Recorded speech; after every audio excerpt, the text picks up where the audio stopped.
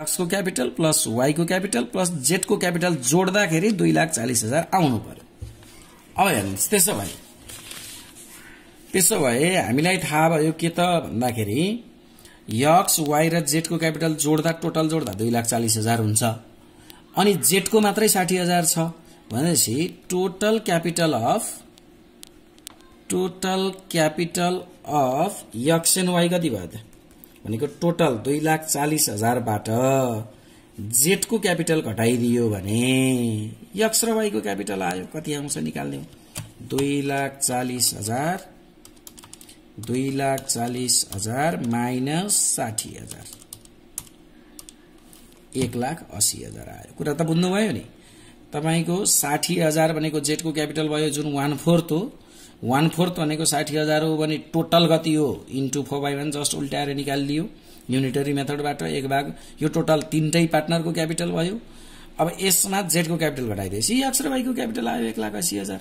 अब यसमा एक्स र वाई को 3:2 रेशियो हेर्नुस्, एक्स को र वाई को बाँड्दिनुस्, त्यसपछि एक्स को क्यापिटल कति आयो त एक्स को क्यापिटल आयो 1,80,000 इन्टु 3/5 गरिदिनुस्, 1,80,000 इन्टु 3/5 गर्दा 1,08,000 एक्स को क्यापिटल आयो।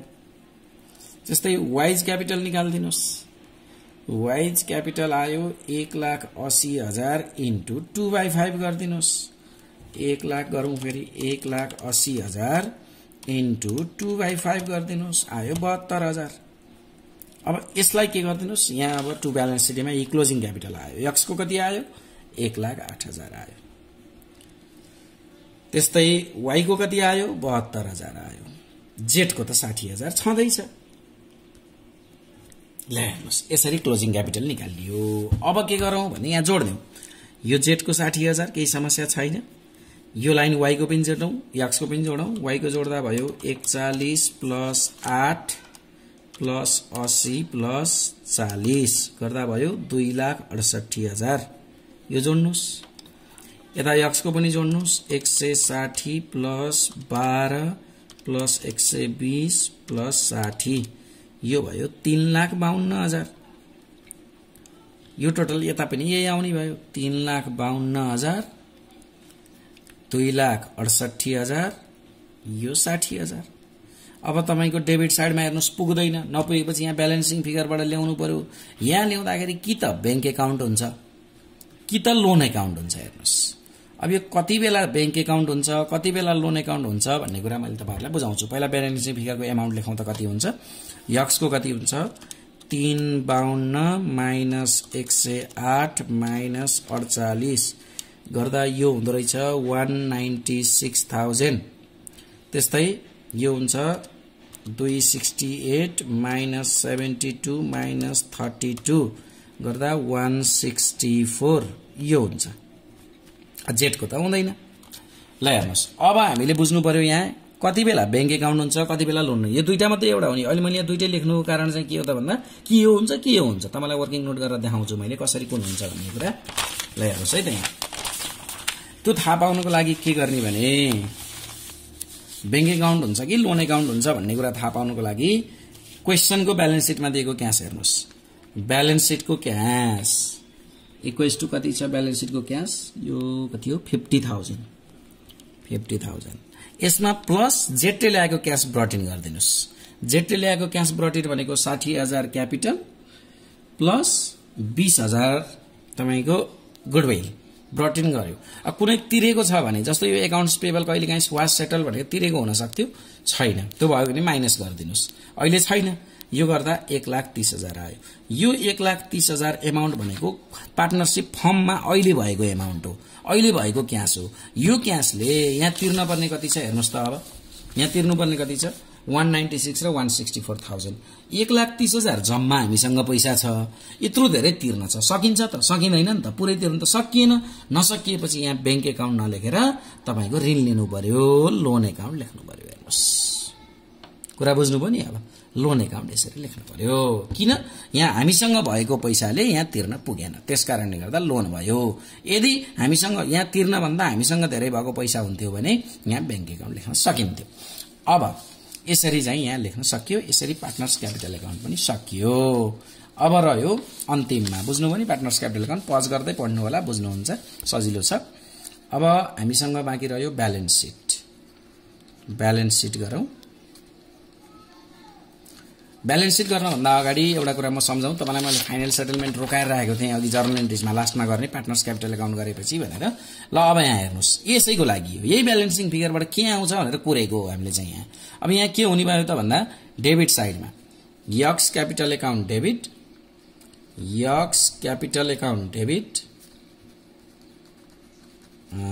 Wise capital account debit to अब यहाँ बैंक अकाउन्ट आयो कि लोन अकाउन्ट आयो अहिले लोन अकाउन्ट आयो त्यसकारणले गर्दा टू लोन अकाउन्ट कति पैसा यक्स कोमा आयो 196,000 वाई कोमा आयो 164,000 दुईटा जोड्दा कति भयो 196 प्लस 164 जोड्दा आयो 360,000 यहाँ लेखिदिनुस् being final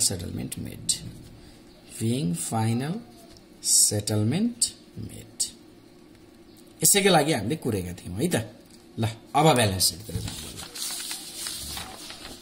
अब ब्यालेन्स सिटमा जाउँ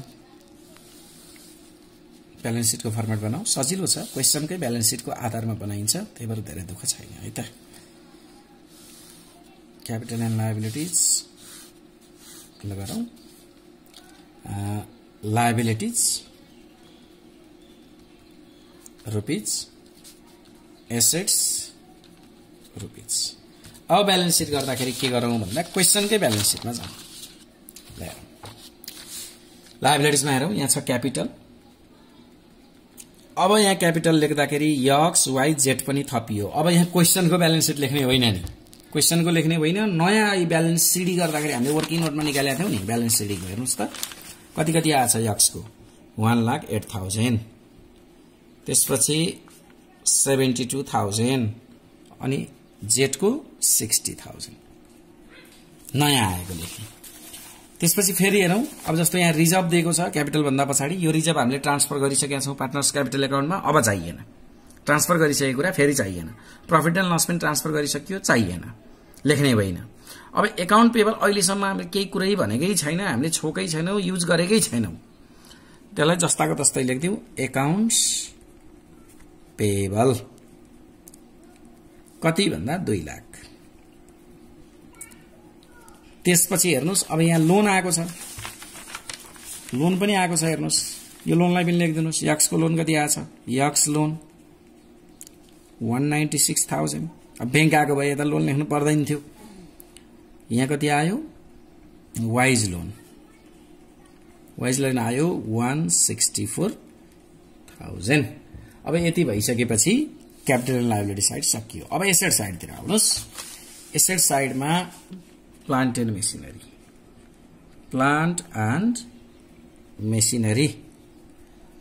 मेसिनरी छ 3 लाख यसको डेप्रिसिएसन थियो यसको लेस गर्नुस् डेप्रिसिएसन कति थियो भने 10% थियो प्लान्ट एन्ड मेसिनरी 10% 30,000 लेस गर्दा यो भयो 270,000 त्यस्तै गरेर अर्को फर्निचर लेख्नुस् फर्निचर 2 लाख यसको डेप्रिसिएसन 20% थियो 20% हामीले निकालेका थियौं 40,000 यो गर्दा 160,000 आयो त्यसपछि इन्भेन्ट्री अहिलेसम्म इन्भेन्ट्रीलाई हामीले कहीं केही युज गरेका छैनौं जस्ताको तस्तै सार्दियौ इन्भेन्ट्रीको भ्यालु छ 150,000 जस्ताको तस्तै किनभने कहीं केही युज भएन यो अकाउन्ट रिसिभेबलको चाहिँ हामीले प्रोभिजन क्रिएट गर्ने भनेका थियौं त्यो प्रोभिजनलाई घटाएर राख्दियौ account receivable 1 lakh minus provision for doubtful डेप्ट कति 10,000 त्यो घटाएर राख्दा यहाँ भयो 90,000 त्यसपछि क्यासेट बैंक अब हेर्नुस् है क्यासेट बैंक लेख्दाखेरि चाहिँ कुरो बुझ्नु पर्ने हुन्छ नि क्यासेट बैंक लेख्दाखेरि अघि हामीले कति निकाल्यौं ब्यालेन्स सिटको क्याश प्लस ब्रटिङ गरेको क्याश 130,000 तिरेको कुनै पनि छैन त्यसकारणले त्यही 130,000 यही भयो ब्यालेन्स सिट सकियो अब जोड्दियौ टोटल बराबर आउँछ टोटल जोड्दिउँ एसेट साइडमा भयो 270 plus 160 plus 150 plus 90 plus 130 equals to 8